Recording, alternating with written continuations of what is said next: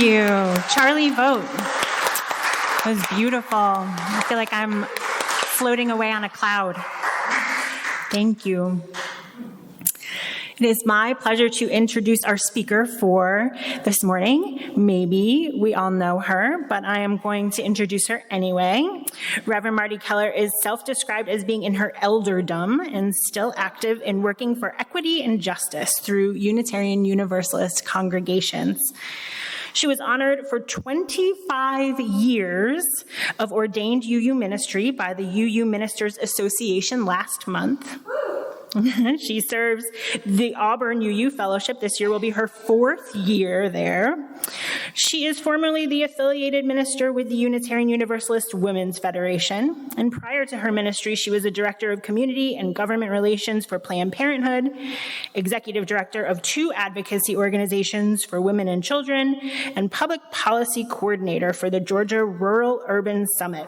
In 2020, she received the UUWF Ministry to Women Award. Please help me welcome Reverend Marti Keller.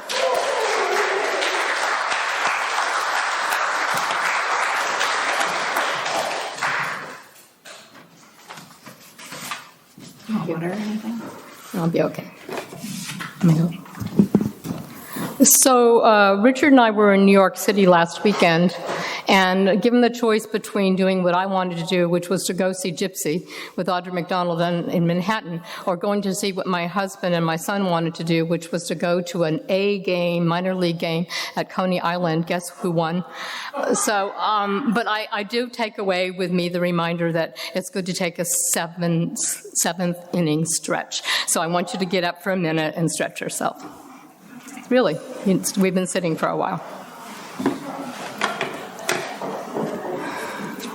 Okay. All right, that's good. We aren't singing Take Me Out to the Ball Game or anything like that. By the way, it was possibly the worst played ball game I have ever seen. I've never seen worse, but it was fun. And talk about endless summers. It's only now in the last couple of weeks in New York City been warm enough to go and dip your feet in the Atlantic Ocean. So, we think we're a long way into summer. And in places like New York, hopefully for them, it's just the beginning. So. I'm glad that a couple of you mentioned the Dalai Lama. I didn't have a chance to integrate him into my talk, so I wanted to share that, yes, the Dalai Lama is... birthday is today, but he also says he hopes to live until he's over 130 years old. A remark he made during a ceremony organized by his followers to offer prayers for his long life as he prepares to celebrate his 90th birthday.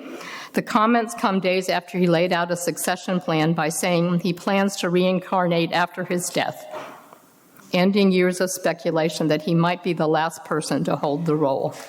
So he wants to be at least 130, and you'll hear it over and over again in this talk. So, Beach Boy band leader Brian Wilson.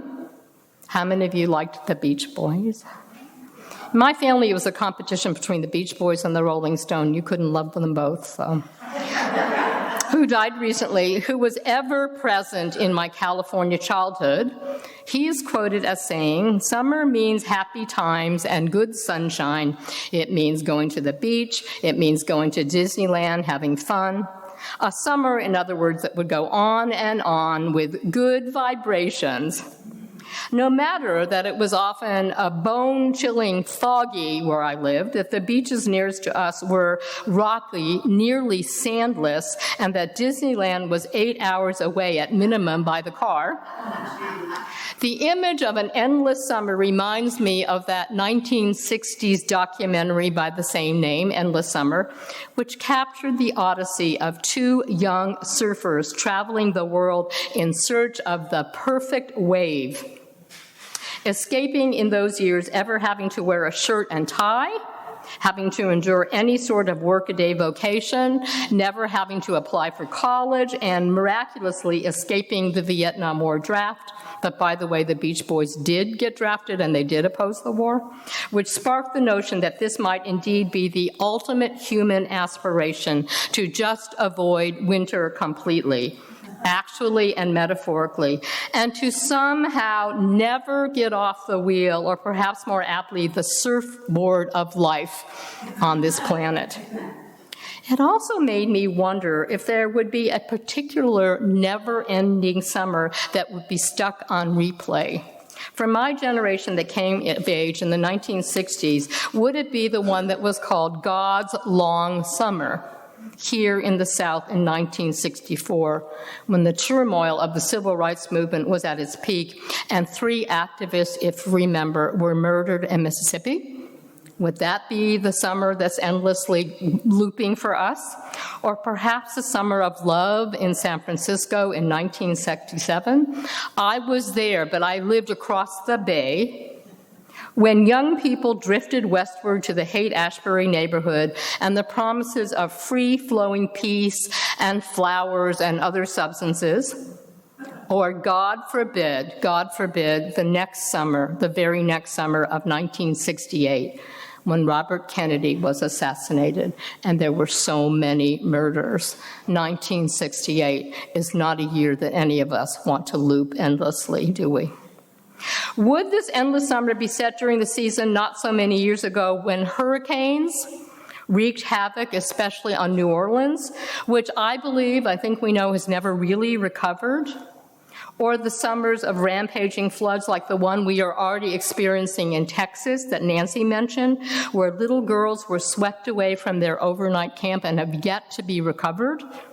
There's a confirmed death total now of 50 or so, many of them children. The search for endless summer, immortality, or at least extreme old age, of course, is an ancient one, deeply embedded in our world mythology. The Gilgamesh myth, dating back more than 4,000 years ago, begins with the story of Utnapishtim, who is granted immortality by the gods. The mortal Gilgamesh meets the flood hero, who reluctantly also gives him a chance to live forever, if he can stay awake for 6 days and 7 nights. Could you do that? In exchange for immortality, raise your hand. Would you like to do that? He fails miserably. He is then given a couple of other chances to achieve immortality, including obtaining a life-preserving plant from the bottom of the sea, only to fail again. Gilgamesh ultimately realizes that the way mortals can achieve immortality is through the lasting works of civilization and culture. In Jewish and Christian traditions, Methuselah, who made a brief appearance in the book of Genesis, is said to have lived 969 years. Even shorter-lived human characters in biblical scripture live amazingly long lives by our contemporary standards. Abraham was, who remembers how old Abraham was Abraham was 100 years old, and his wife Sarah 90 years old when she gave birth, causing her to let go with that famous laugh. Oh my God. Moses dies finally at 120 years, sight unimpaired to the end and his vigor unabated. 120 years and still looking pretty good. In Gulliver's Travels, we meet the Struldbrugs, or immortals, whom we presume are happy beyond comparison, according to the novelist Jonathan Swift, being born exempt, in his words, from the universal calamity of human nature, having their minds free and disengaged. They are without the weight, he wrote, and depression of a spirit caused by the continual apprehension of death, or so he thinks. Now, in much more modern times, there was the 2,000-year-old man created by comedian Mel Brooks, who had been married more than 200 times with at least 1,500 children. Nonetheless, not one ever came to visit on a Sunday. Poor guy, go figure. Go figure. And then the 6,000-year-old Mr. Flint on the Star Trek episode, and I'm not using it just because my husband was here talking about it, discovered on a small planet by the Trek Away team in search of an antidote to raging epidemic on board the starship. Escaping death on the battlefield many, many moons ago, he has lived forever. He is our Da Vinci, he is our Brahms, he is our Moses, and he is also our shadow side. He exchanges the complexity and what he sees as suffering, selfishness, and brutality of a time-limited, ordinary human life on Earth to escape from the troublesome contact with fellow humans. Sounds pretty good. But he is accompanied by loneliness and bitterness in this life, lived indefinitely. So millions of us, millions of people long for immortality or at least a significantly lengthened life who do not know what to do with themselves on a rainy Sunday afternoon, let alone a sunny one in July. For me, the possibility of perpetual summer, actual blazing, sticky, and oppressive summer here in Georgia is truly horrifying. Even in California, where, as I said, I spent much of my childhood, the prospect of donning a wetsuit to fight the waves in the freezing, shark-infested Pacific Ocean waters was not my idea of a time and life well spent. I can remember too many long afternoons watching talk shows like Phil Donahue, Mel Griffin, remember them, sitcoms in a darkened family room, counting the days till school started again. Just wanted to go back to school. So I was not surprised at all to see printed in the same newspaper guide glorifying the kickoff for Memorial Day weekend, the very beginning of summer, and an artificial beginning at that, a piece with helpful suggestions for inexpensive projects for children to cure summer boredom. For God's sake, it was only Memorial Day. Ideas like wet chalk drawing on sidewalks, stringing pasta necklaces, and here's the very best one, I thought, hunting for pennies lost in your sofa and then making them shine by sprinkling baking soda and vinegar on them.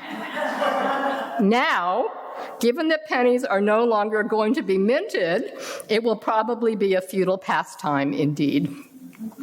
And now it is just past the 4th of July, and while my husband insists that summer has less than a month to go, what with the start of school, he rationalizes, and preseason football due to kick off in early August, it is officially not over until September 21st. Would you help me convince him of that? It is not over until September. Let's hear it. Not over. Imagine. He's such a good sport. Imagine just for a millisecond cleaning pennies for eternity. Of course, it is nonsensical. I know it is nonsensical to equate the desire to live an endless summer, to avoid physical death, or at least to extend life out to previously unimaginable limits, with the challenge of keeping children tranquil and occupied for several months of vacation from school. But perhaps it does bring questions up of the why of life extension, at least for me. If we really want to have endless summers, then maybe that also might extend to what we really want is endless life. And what if it would look like if larger numbers of us, through luck and work and privilege, managed to prolong our life well past the 100-year mark? To what extent will we be able to contradict the old adage, pun intended, that no one gets out of this life alive? Alive in an endless summer, by the way. Will the quest, perhaps even the race towards maximum lifespan, be the last and fiercest rivalry among boomers in particular? And an age cohort poised to always compare and compete, as writer Michael Kinsley suggested in a piece in the New Yorker magazine, will longevity be the last boomer game?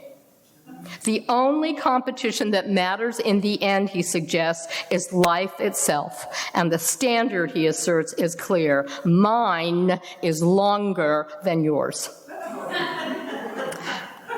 Yeah. As the youngest boomers are turning 60, do we know that? The youngest boomers are turning 60. The last game is still in play. And given that we are now and always have been this large population bubble taking up a lot of physical and cultural space, It deserves at least some curiosity, if not a monster red light attention by those younger generations who have followed us. When in the hell are we going to get out of their way? Especially if we live forever. So how are we doing? What does a life expectancy map look like now? Before we get to the aggressive efforts to change these predictions and to beat the odds, in 2020, the most recent year for which there are final figures, life expectancy at birth in the United States was, so somebody throw it a guess, average life expectancy. So a number. 77.8 years. That's 75.2 years for males and 80.4 years for females.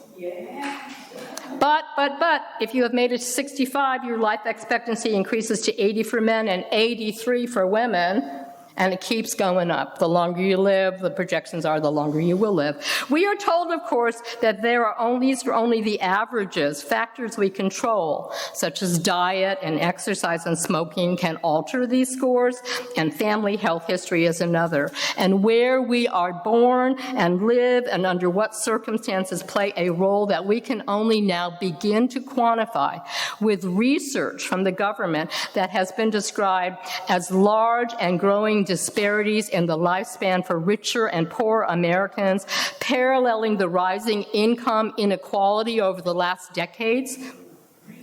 Why so?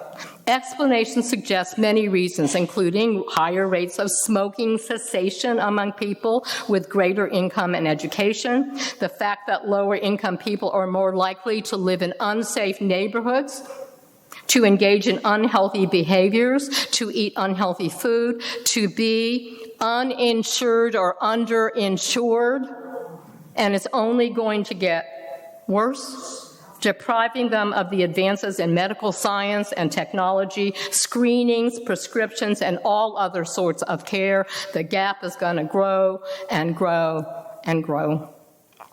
And challenging another assumption about who lives and for how long, for the first time since the Spanish influenza epidemic of 1918, life expectancy is actually falling for a significant number of women in this country. Epidemiologists have discovered that in nearly 1,000 American counties, life expectancy for females is now shorter than it was in the early 1980s. With the downward trend most evident here in the Deep South, in Appalachia, in the lower Midwest, and in Maine. This is not limited to one race or ethnicity, by the way, but it is more common in rural and low-income areas, and the phenomenon appears not only to be new, but distinctly American. It is not happening in other countries for women. It is happening right here in the Deep South. These sobering and cautionary public health studies, which challenge the assumption that our ability to extend life is progressive, come at the same time, ironically, that there is more encouraging new information being shared and a level of hype being floated and a mushrooming industry around anti-aging and dodging death. The good, or at least more promising news, is that scientists have pinpointed what they call the Methuselah gene, a stretch of DNA that confers healthy old age on men and women, raising the odds that researchers indeed someday may be able to create drugs that can extend human life to previously unimaginable lengths. The discovery was made by researchers who used Iceland's unique birth and death records, which stretch back to Viking times, to trace individuals, many of them still living, who have had exceptionally long lives to the age of 90 or more. And researchers have also found other far-flung, what they call blue zone, hot zones, for the longest living populations on the planet. And I just listened to see if you knew who these were. Costa Rica, yes. Italy, Japan, and here's one that some of us know. Loma Linda, California. Loma Linda, Seventh-day Adventists, Loma Linda, Canada. Interviewing centenarians, eating their meals, drinking their water, and mining their spirits for the secrets of their 100-plus year lives.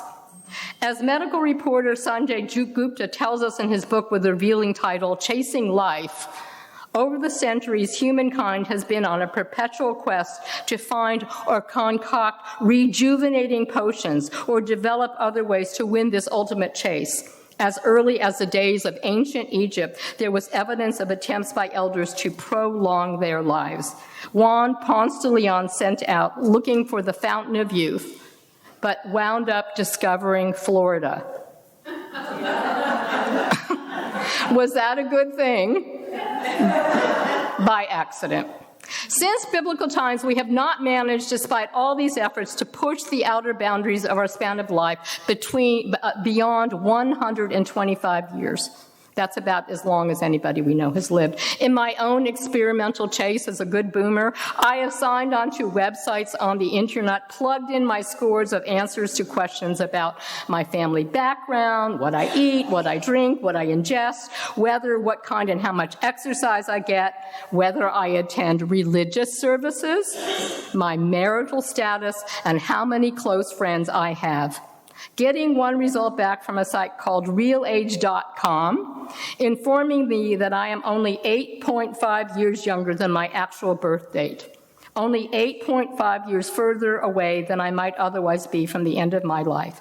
So how do I extend my life? I was told, manage your allergies better, pump more iron, take more days off, increase your social network, then come back, and we can promise you at least 14 years grace. By the way, a side ad enticed me. We also offer a dog age screening test, which measures your pet's biological age and people years based on the health, breed, risk of disease, and behavior, with personalized recommendations to help your dog grow younger as well. So, what if we could really chase life and win? What if we could win immortality, or at least a life extended on average well past the 100-year mark? What would that look like? What would that look like, and what would be the price? Why would anyone really want to prolong a life that might tip over any minute into arthritis, osteoporosis, gum disease, and dementia? Why would we want to do that? Leo Cass, a bioethicist from the University of Chicago and a longtime critic of life extension research, points to Oscar Wilde's novel, The Picture of Dorian Gray, in which the main character barters his soul for eternal youth, but becomes wicked and immoral in the process. Cass believes humanity risks striking what he calls a similar Faustian bargain if it pursues technology that extends our lifespans beyond what is natural. He argues for what he calls the virtue of mortality. The virtue of mortality. First among them is the effect mortality has on our interest in engagement in life, making our limited days and years count. If we know that they're limited, don't you think that might have something to do with us doing something on those days that we're living? Too much alteration of mind chemistry to prolong youthfulness may in fact cut us off, he says, from the wisdom that seems to be triggered by the process of decreased activity in portions of our brains. So we trade off the speed and the sorting ability of our youth for the slowness and integration of old age. The more that we alter brain chemistry, we lose a significant aspect of the gifts that we might give our loved ones and to our society in this aggressive pursuit of keeping our minds young. And how many of us are guilty of this? Now, not all bioethicists, of course, agree with this harsh judgment of age retardation and life extensions. Others retort that we cannot make our humanity depend on the length of our life. Even if we lived to be 500, one of them declared, we'd still be human beings. They point out that even if life could be considerably lengthened, we could still die on any given day from accidents or from life-taking disease. Sherwin Nuland, a physician and the author of another really wonderful book called How We Die, a reflection on life's final chapter, says that the search for immortality, or very near it, is from his own experience as a doctor to the dying, a lesson that we never learned. There is vanity in all of this, he says, and it demeans us. At the very least, he writes, it brings us no honor. Far from being irreplaceable, he has included, we should be replaced. We should be replaced. Fantasies of staying the hand of mortality are incompatible with the best interest of our species and the continuity of humankind's progress. More directly, he claims, they are incompatible with the interest of our children because each new generation yearns to prove itself. We need to get out of the way. Old age is the preparation for departure, he says, the gradual easing out of life that, in his words, makes its ending more palatable, not only for the elderly, but for those to whom they leave the world in trust. Well, I leave it to each one of us to wrestle with the ethics of all of this longing, this quest for endless summer and endless life, with these teachings from our existentialist tradition. This is what our tradition teaches us. No one holds the ultimate truth about life and death and the existence of the soul. Every person has the courage and ability to contemplate the unknowable. So long as we live, life is hard.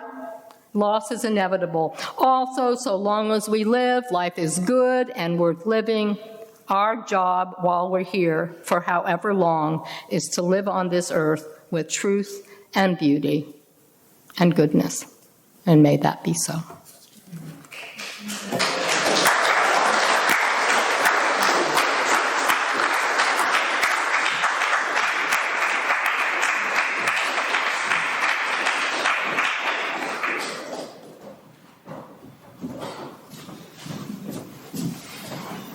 Thank you, Marty. I'll be thinking about that for a long time, maybe endlessly, perhaps. Yeah, just came right off, just off the top of my head. All right, for our closing congregational song.